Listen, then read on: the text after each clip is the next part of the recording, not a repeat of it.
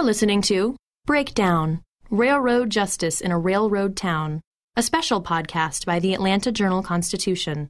Visit our website, ajcbreakdown.com, for photos, video, and additional background.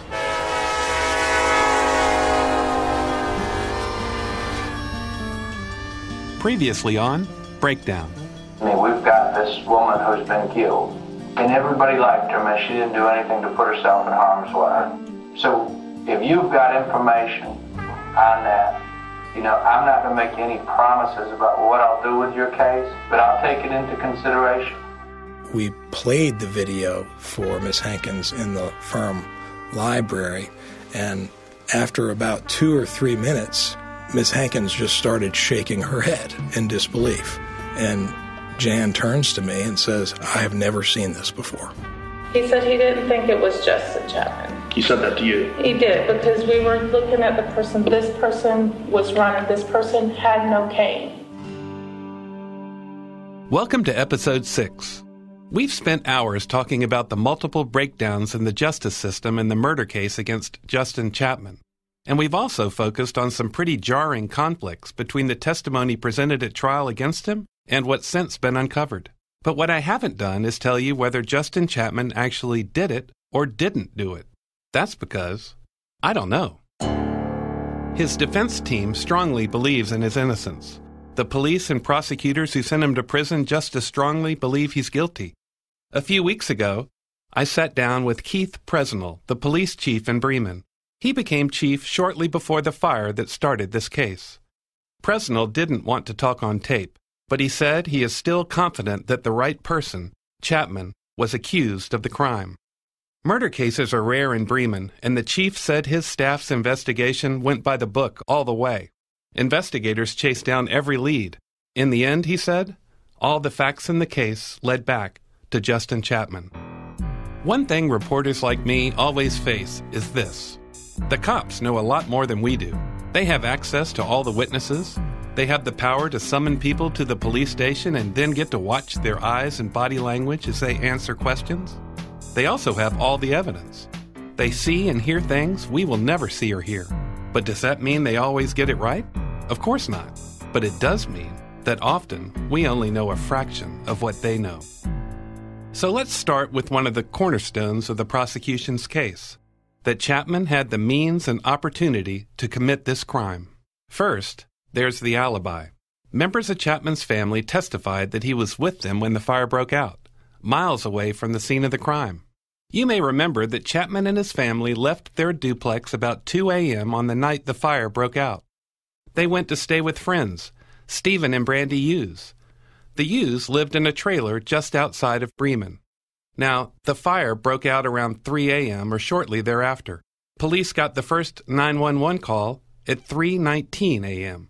Chapman's wife and son both testified that Chapman was at the Hughes trailer at that time. The prosecutor argued, however, that Chapman would have had enough time to leave the Hughes trailer, drive back to his house, set the fire, and then return to the trailer. There was no physical evidence suggesting that he did this, and there was one rather questionable witness who put Chapman near the scene of the crime. Even so, the jury simply didn't buy Chapman's alibi as supplied by his family. In fact, they apparently didn't even think much about it at all. They came back with a guilty verdict in just 40 minutes. So could it have happened the way the prosecution said? Time for a road trip. In the popular Serial podcast, Sarah Koenig drove from Adnan Syed's school to the Best Buy in Baltimore. She wanted to see whether it could be done in the amount of time the police claimed. Did the police's timeline actually fit? I found that I was asking myself a very similar question in the Chapman case. Say Chapman did what the cops said, left the used trailer, drove home, set his house on fire, and then drove back to the trailer. Was that possible given the cops' time frame? I decided to drive it myself and see. If you look at our map on ajcbreakdown.com, you'll see where the used trailer was. This is where I began. Full disclosure, I did not do this at 3 o'clock in the morning. I made the drive shortly after 1 o'clock in the afternoon. I'm starting my time right now. long this takes. You'll remember that Gary Allen Stroop testified that he saw Justin Chapman near the scene of the fire shortly before he saw the fire itself. He was a key prosecution witness. We went to Stroop's stoop in Episode 3. We found out that it would have been very difficult, and that's being generous, for Stroop to have identified anyone at that distance. Wow. Okay. There's no way. Sorry. But let's assume that Stroop got it right. After crossing over 2 sets of railroad tracks, remember, this is Bremen, I found what seemed to be the most logical place to park. Logical, that is, if I wanted to set the fire on Sharp Street and then be seen leaving the area from a porch on Marchman Street, Stroop's stoop. 8 minutes, 25 seconds in.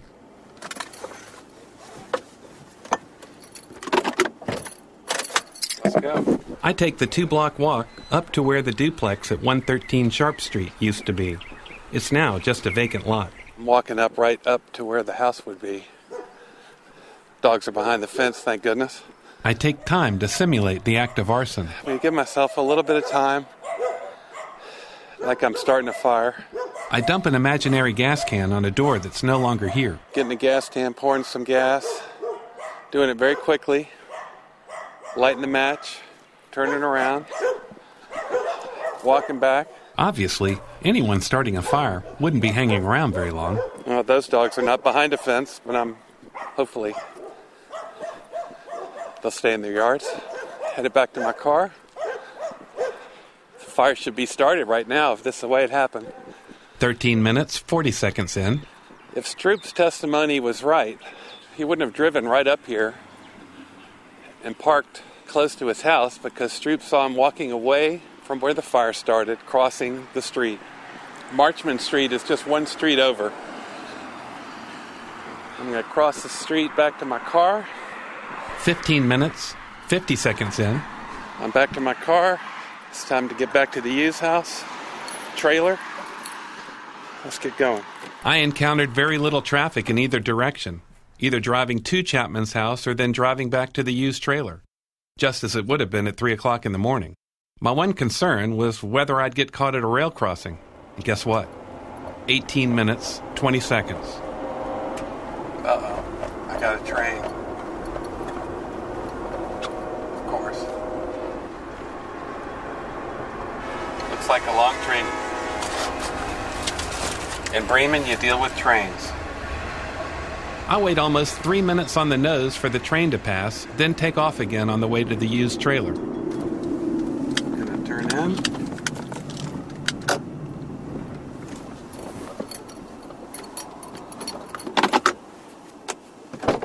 Get out of the car. Stop. After subtracting the 3 minutes I waited for the train to pass, I determined the trip there and back took 25 minutes. So, there's your answer. Did Chapman have enough time to commit the crime?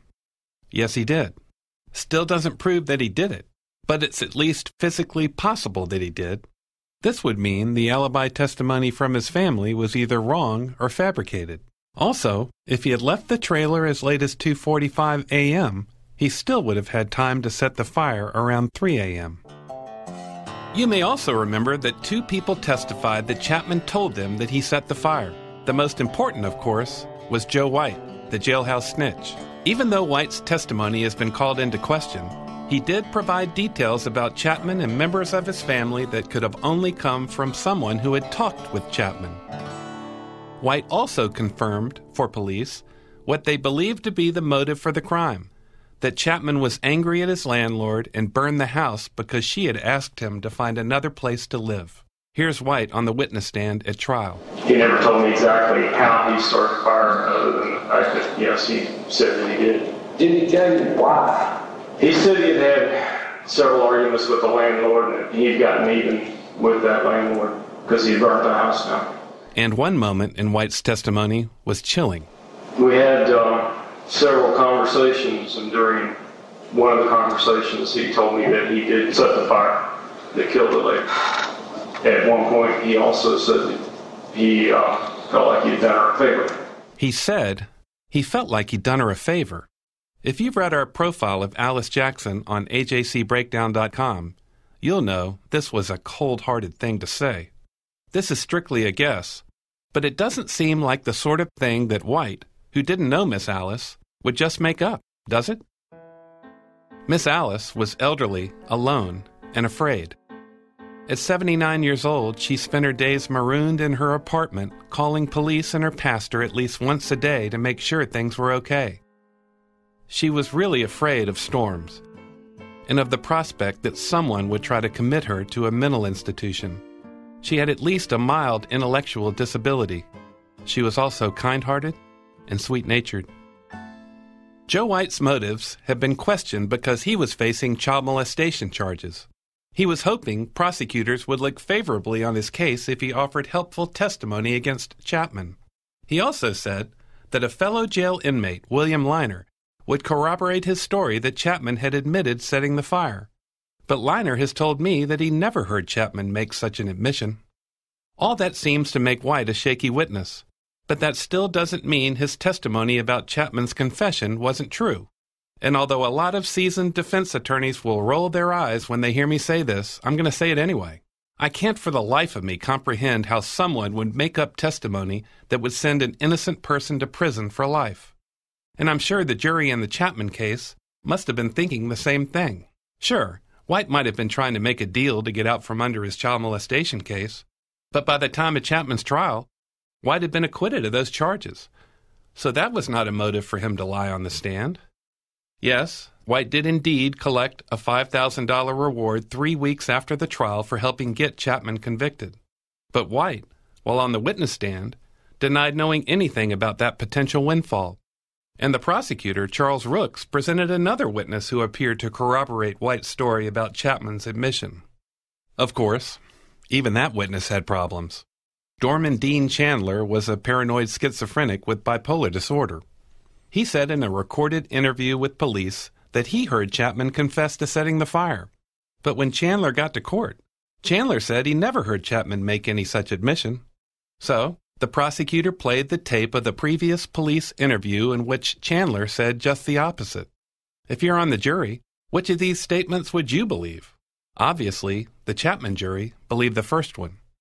Prosecutor Charles Rooks capitalized on these confession witnesses during his closing argument.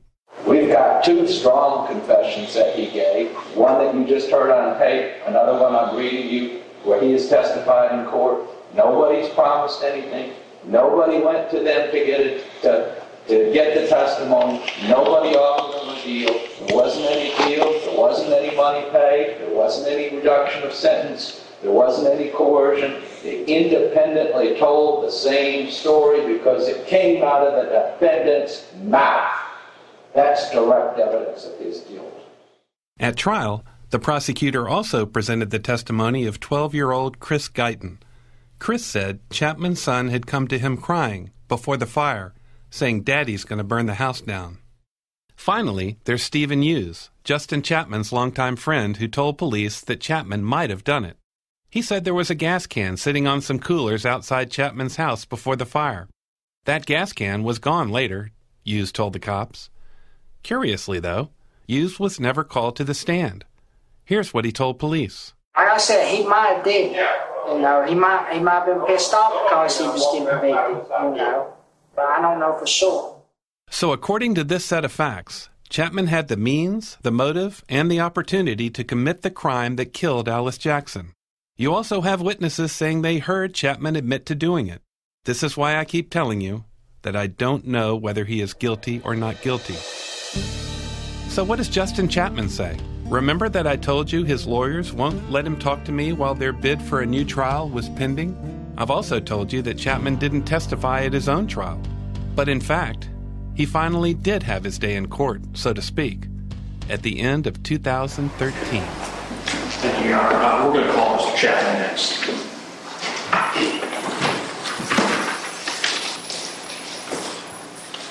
Do you hear those chains? They're shackled to Chapman's legs as he walks to the witness stand. Will you be able to safely get into the witness seat? Yes, sir. Okay. Mr. Chapman, will you state your full name for the record, please? Justin Wayne Chapman. All right, will you raise your right hand, sir? Do you swear to tell the truth, the whole truth, and nothing but the truth today, so help you God? I promise. Chapman had now been in prison for more than 6 years. He was testifying in December 2013 in a habeas corpus hearing. Those are the hearings prisoners get to try to win a new trial. Chapman is being questioned by John Raines, one of his new lawyers. Chapman starts out by describing his relationship with Alice Jackson, his neighbor who died in the fire. She was good to us. She tried to help us out in any way she could. I would take her to the doctor visits. She was a good woman, and we had a good relationship. She let us use her phone because we didn't have one, so she would let us use her phone, and she was a real nice woman. Chapman recounted how he drove up to his house with 3 of his kids in the car at about 5 o'clock in the morning. There, he found the duplex burned to the ground and firefighters on the scene. He also learned that Ms. Alice was dead. How'd that make you feel? Very, very bad. Why did you feel that? Because I cared for her. I loved her. She treated me at that time better than my mother did. She did things for me that my mother didn't do for me. So I respected her. She was a good woman. Chapman then confirmed his landlord wanted him to move out of the duplex. She had called my wife. They never made it clear to me, but she did call my wife and tell my wife that we need to be looking for a place. We didn't have to leave then, but we need to be looking for a place because they knew that I couldn't move on $80. They was getting the majority of my money. Chapman then described the fight that occurred outside his duplex just a few hours before the fire. As you'll remember, an angry and drunken William Paul Chives showed up at Chapman's front door and accused Chapman of calling his aunt a red-headed crack whore. Then, standing before Chapman, Chives called his brother and told him they needed to show Chapman what happens to people who mess with their family. This angered Chapman, so he went inside and got his pistol. I come back out. He was gone. I wouldn't let it go. I followed him in the street. I pointed the pistol at him. He come back. I walked back into my yard, and he kept on walking back into my yard, and I thought this dude's an idiot. So I began to beat him with the pistol. Chives, now on the ground, finally said he'd had enough. Chapman helped him up and let him go back to his house. Police soon arrived and arrested Chives for being drunk and disorderly. They booked him into jail. EMTs arrived at the scene and treated Austin, one of Chapman's young sons. He was having a panic attack. After the EMTs left, the terrified child said he wanted to get away from the house. And he began to tell me he didn't want to stay there no more that night because he was scared. So I grabbed a diaper bag with diaper bottles and the necessities. I grabbed a PlayStation so they could play their games and some blankets and left and went to the Hughes residence. Okay. That would be Brandy and Stephen Hughes' trailer. Brandy told police a day after the fire that she had looked at the clock when they left the duplex and it was 2 o'clock in the morning. Chapman then described what happened when they got to the used trailer. Well, we got out. We began to shoot some fireworks. I heard Brandy scream. I went in to look at her. She'd been stung by a bee. I put some Copenhagen on her bee sting to draw out the poison. Christy fixed some raviolis, gave the kids a bath. For those of you who don't know, Copenhagen is chewing tobacco. And tobacco has long been used to treat bee stings, in case you were wondering. Even though it was after 2 a.m., the kids were awake because of the excitement of the fight. So Chapman said he tried to entertain them with a PlayStation game. We all took turns. We was playing game 24, and one person would die, and we'd pass the controller, and the other person would play until they died, and it went back and forth like that for a while. Then Chapman admitted he and his buddy Stephen Hughes went outside and thought about committing a crime. Keep in mind, at that time, Chapman was living off $218 a week in disability payments and was also addicted to methamphetamine. Mind you, that does not justify what he was thinking of doing. It at least might help explain it. There was a house across the street from the Hughes residence that had a barn in it. Stephen informed me that there was valuable tools and a four-wheeler in there. We did walk across the street. We was going to break into it. And a car showed up. It spooked me, and I never broke into it. We never broke into it. I know. That's an awful way to have to account for your whereabouts when your duplex burns down in a fire that kills your elderly neighbor. And don't forget, police got the first 911 call about the fire at 3:19 a.m., little more than an hour after Chapman arrived at the used trailer. At the hearing, Chapman's lawyer, Raines, finally gets to the heart of the matter. Were you at the Hughes house continuously between the time you arrived and approximately 4:45 or 5 in the morning? Yes, sir. At some point early that morning, June 20th, you left the Hughes house. Yes, sir, I did. Can you explain to the court why you left? My wife got mad at me because I wanted to, Chloe always slept with me, so I wanted to lay down on the couch with Chloe. She got mad, and we began to argue. So instead of arguing in somebody else's house, I decided to take Chloe, Anthony, and Austin, and I left to go back home. And I would go back the next day and get them, or the next morning and get them. So you had this fight with Christy, and you put 3 of your kids in your car, and you head back to Sharp Street? Yes, sir. Let me remind you that Brandy Hughes was called as a witness in Chapman's trial.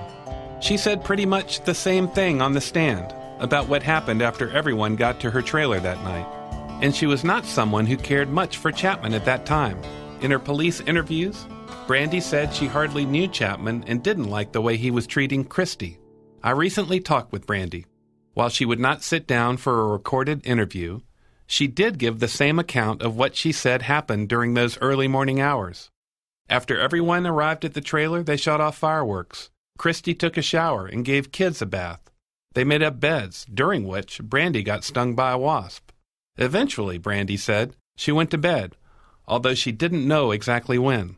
But she said Justin had not driven off before she went to bed. Brandy said she initially dozed off, but was briefly awakened when Stephen got into bed. She said she dozed off again, only to be awakened again when she heard Justin and Christy arguing. She said she then heard Justin leave with his kids.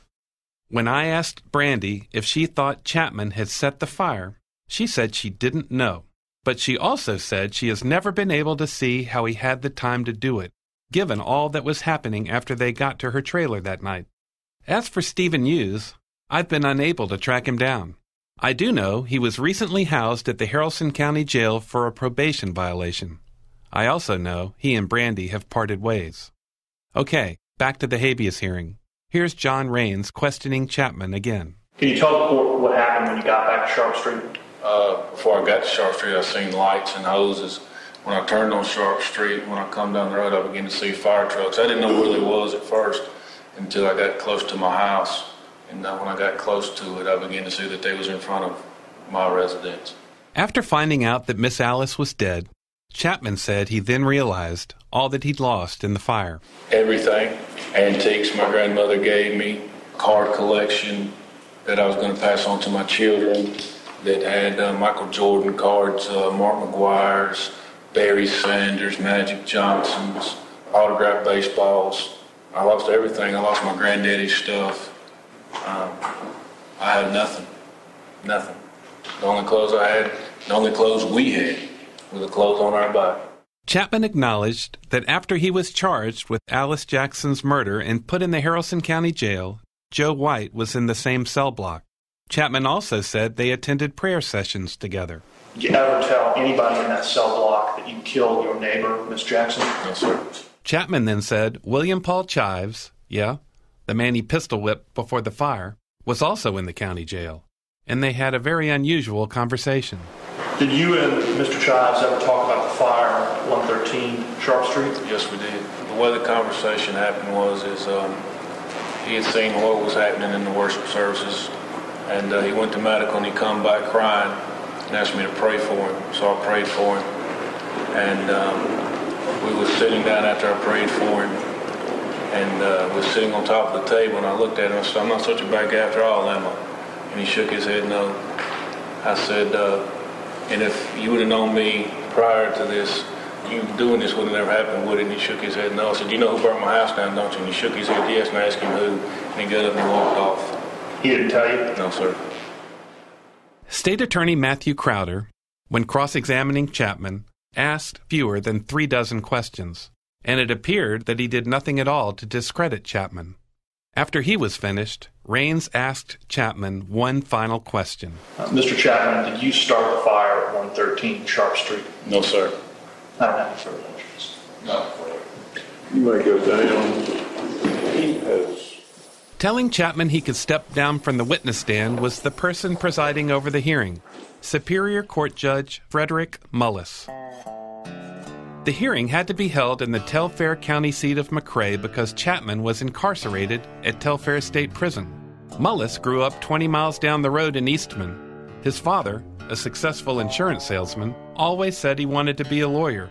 Mullis also admired the man who lived right across the street. He was not only Mullis's Cub Scout leader, he was a lawyer who would become president of the State Bar of Georgia. With those two major influences, Mullis chose the law. After spending more than a decade as a small-town lawyer, he became a local prosecutor.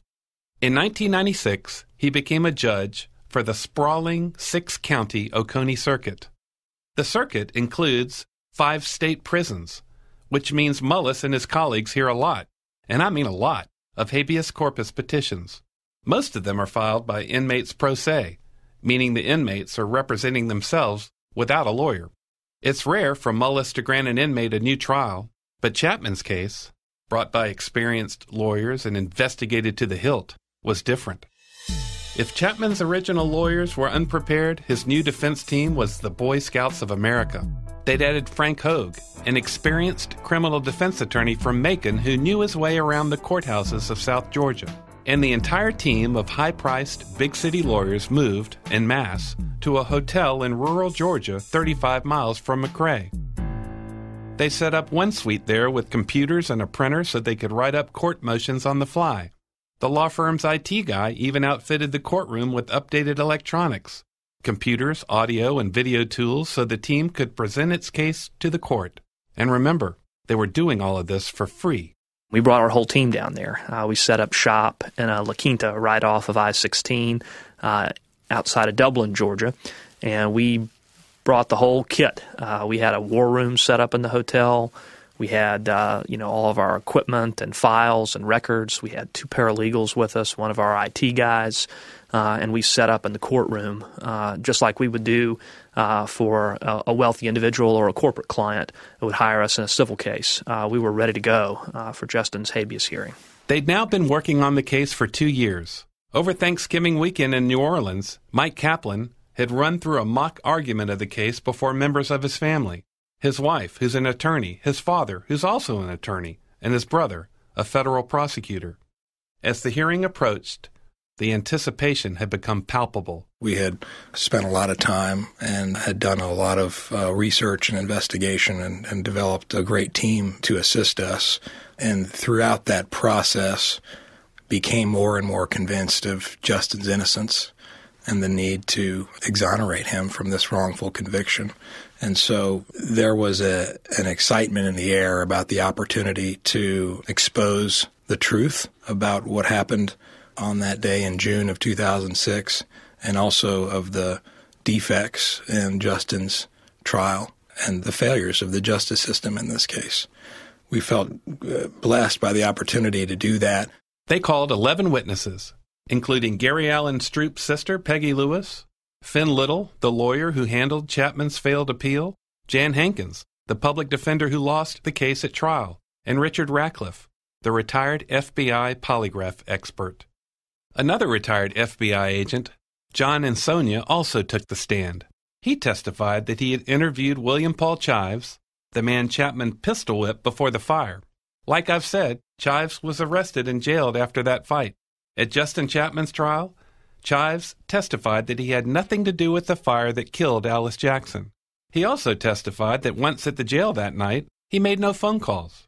Here's what he said from the witness stand. No, I didn't call nobody from the jail. They wouldn't let me a phone call until I got to talk to the fire investigators. But a jailer at the Haralson County Jail remembers it differently. Jessica McCrary has said in a sworn statement that she was on duty after Chives was booked in the night of the fire. Chives used the booking telephone to make at least one call, McCrary said. She said she remembered because Chives was raising Cain on the phone, and she had to tell him to keep it down because he was cussing and making so much noise. At Chapman's trial, his public defender, Jan Hankins, tried to convince jurors that Chives, or members of his clan, may have had a hand in the fire. So, who did Chives call when he was raising Cain on that jail phone?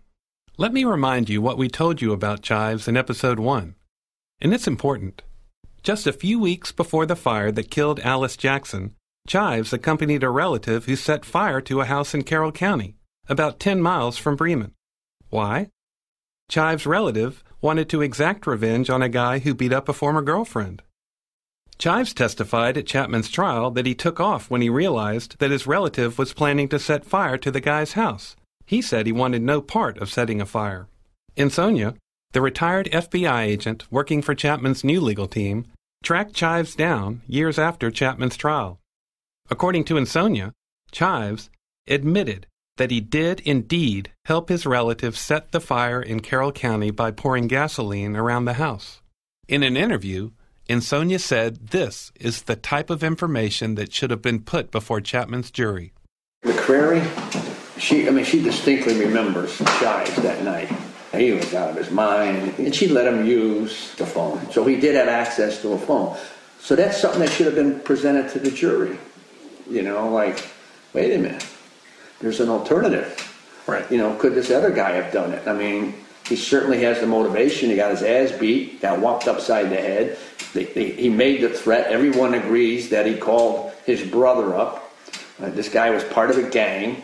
And a month before, he was involved in an identical fire. I've tried to speak with Chives, but with no luck. I at least know where he is. For months, he's been locked up at the Haralson County Jail on charges he failed to register as a sex offender. This stems from a statutory rape conviction against Chives more than a decade ago. At the close of Chapman's habeas hearing before Judge Mullis, the state's attorney, Matthew Crowder, called no witnesses, not even trial prosecutor Charles Rooks. This was peculiar, because Rooks was being accused of failing to turn over important evidence to the defense. Rooks, as I've told you, will not sit for an interview, but in an email he expressed great frustration at not being called to testify at this hearing. Was this another breakdown in the Chapman case, this time to the disadvantage of the prosecution? Or was this some grand strategy?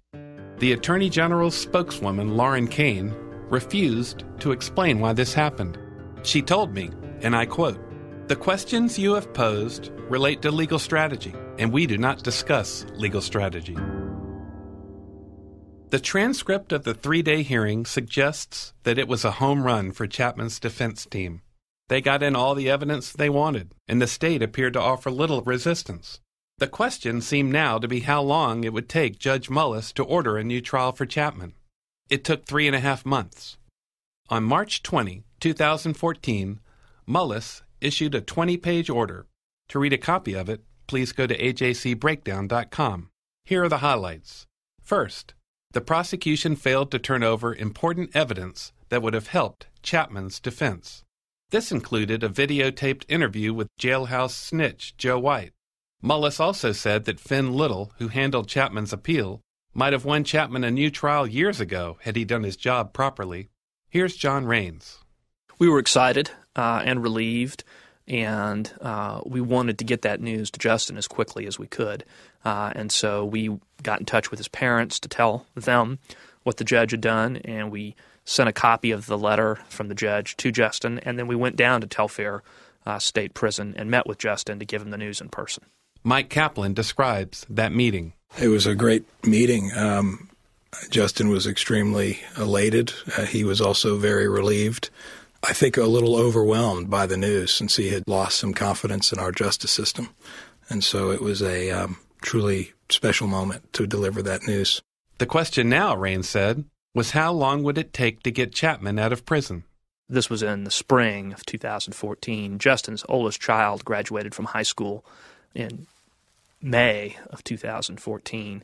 And one of the things that I remember distinctly from that meeting is the hope that Justin felt that he might get out of prison to be there for that important event for his family.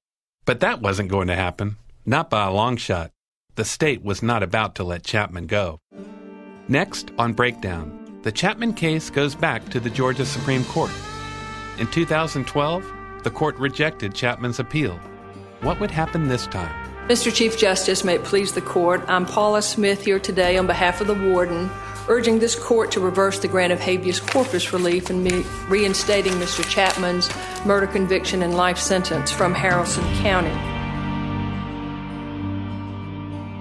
Do you want to know more about this podcast? Go to ajcbreakdown.com for a timeline, photos of the cast of characters, court documents, and bonus audio and video. Breakdown is a production of the Atlanta Journal-Constitution. The story is reported and told by Bill Rankin, produced by Richard Hallex. The music for Breakdown was composed and performed by Bo Emerson. Audio production by Chris Basta of CO3 Sound, Atlanta. Story consultant Susanna Capilouto. Special thanks to Billy Thurman, Bert Roten, Eric Netherton, and Brian Anderson.